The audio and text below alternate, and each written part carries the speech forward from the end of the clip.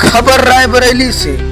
NTPC में संविदा मजदूरों से जबरन वसूली, ठेकेदार पर कार्रवाई की मांग।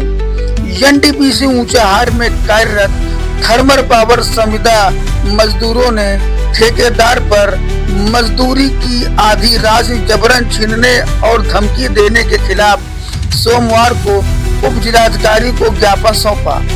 मजदूरों का नेतृत्व कर रहे थर्मल पावर संविदा मजदूर संघ ने बताया कि अवैध वसूली वर्षों से चली आ रही है, जिससे हजारों मजदूर प्रभावित हैं। हर साल करीब 22.5 करोड़ रुपए की लूट हो रही है। ज्ञापन में बताया गया है कि विरोध करने पर मजदूरों को बिना सूचना कार्य से निकाल दिया जाता है और कुछ मामलों में संगठन पदाधिकारियों को जान से मारने की धमकियां भी दी गई हैं। संगठन ने हाल में ही एक शांतिपूर्ण प्रदर्शन कर एनटीपीसी प्रबंधन और प्रशासन का ध्यान इस गंभीर मुद्दे की ओर खींचा था। संघ प्रमुख की मांग है कि ठेकेदारों की गिरफ्तारी, जबरन वसूली में शामिल एजेंसियों को ब्लैक लिस्ट करने, ठेकेदारों की पृष्ठभूमि की जांच कर ईएसआई चिकित्सा सुविधा एनटीपीसी परिसर में स्थापित करने की मांग शामिल है। संघ ने एनटीपीसी को जवाबदेह बनाने और मजदूरों की सुरक्षा एवं अधिकार सुनिश्चित कराने की अपील की है। All India Central Council of Trade Unions Uttar Pradesh अध्यक्ष हूँ। थर्मल पावर मजदूर संघ के इस आंदोलन में आज हिस्सा लेने के लिए मैं आया हूँ। कितने सदस्यों के साथ आप आए हैं?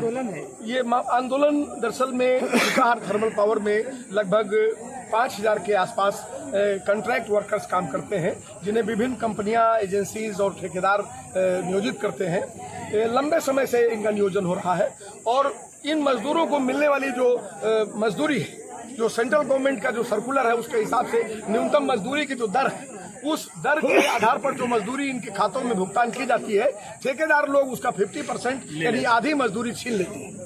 बहुत सारे मजदूरों का एटीएम उनके पास है, बहुत सारे मजदूरों से वो डरा करके, धमका करके इसकी वसूली कर लेते हैं। वो पैसा न देने पर नौकरी से निकाल देने, उनका गेट पास जमा करा लेने की धमकी देते हैं और ऐसा करते भी है कि बहुत सारे लोगों को उन्होंने बाहर कर दिया। तो इसी तरह इस कार्यवाही के खिलाफ अभी बीच में एक धरना हुआ था। उस धरना प्रदर्शन में एनटीपीसी प्रबंधन ने हाथ खड़े कर दिए कि भाई हम इसमें कोई मदद नहीं कर सकते हैं। हम लोगों ने इस लड़ाई को आगे बढ़ाया तो हमारे जो वहाँ कोषाध्यक्ष हैं पवन मिश्रा जी, इनको एक ठेकेदार ने बहुत गाली दी और कहा तुम्हारी हत्या कर देंगे, ये कर देंगे। मैंने लूट का एक नेक्सस है। पुलिस ने भी उस मामले में मुकदमा तब लिखा जब रायबरेली के जिलाधिकारी और पुलिस अधीक्षक ने और यहाँ के माननीय उप जिलाधिकारी महोदय आज के प्रदर्शन का जो दबाव था, उसके दबाव के चलते मुकदमा दर्ज हुआ उस ठेकेदार के खिलाफ। तो हम लोग हमारी मांग ये है कि मजदूरों को उनकी पूरी मजदूरी दी जाए और उनसे जो ये लूट की जा रही है, छिनैती हो रही है, इसको एक तरह से एक्सटॉर्शन मनी कहते हैं। ये एक्सटॉर्शन मनी वसूली के लिए एक निगरानी कमेटी बनाई जाए कि इस पर रोक लगे और जो भी ठेकेदार अगर किसी मजदूर को इस तरह थ्रेटन करता है तो उस पर गुंडा टैक्स वसूली का मुकदमा दर्ज किया जाए। और ऐसे तमाम ठेकेदार उसके अंदर हैं जिनका आपराधिक इतिहास है और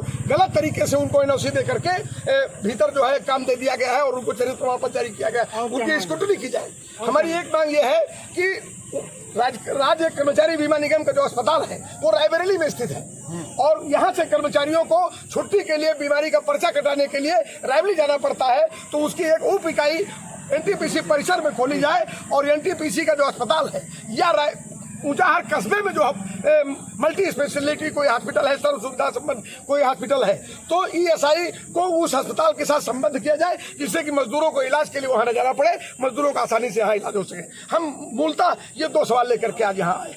अगर मांगे नहीं पूरी हुई तो क्या करेंगे? तो ये आंदोलन बढ़ेगा, इस लड़ाई को हम लोग और आगे ले जाएंगे।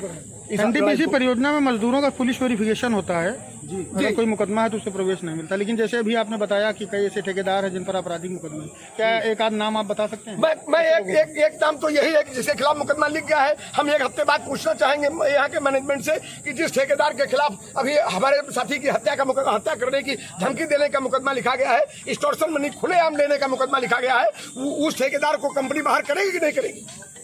और तमाम इसलिए हम कह रहे हैं कि सबकी फिर से स्क्रूटनी की जाए, सारे ठेकेदारों की स्क्रूटनी की जाए और आपराधिक प्रवृत्ति के जो ठेकेदार पैसा देकर के माल देकर के अंदर घुसे हुए हैं और दसियों साल से लूट कर रहे हैं उनको बाहर निकालें। क्या अभी एसडीएम साहब से मुलाकात हुई यहाँ पर? अरे अभी नहीं हुई, अभी हम लोग आए हैं तो निश्चित तौर से किसी न किसी प्रशासनिक अधिकारी से या जो भी उनका वो स्वयं हो या दूसरा कोई अधिकारी होगा, मुलाकात होगी तो हम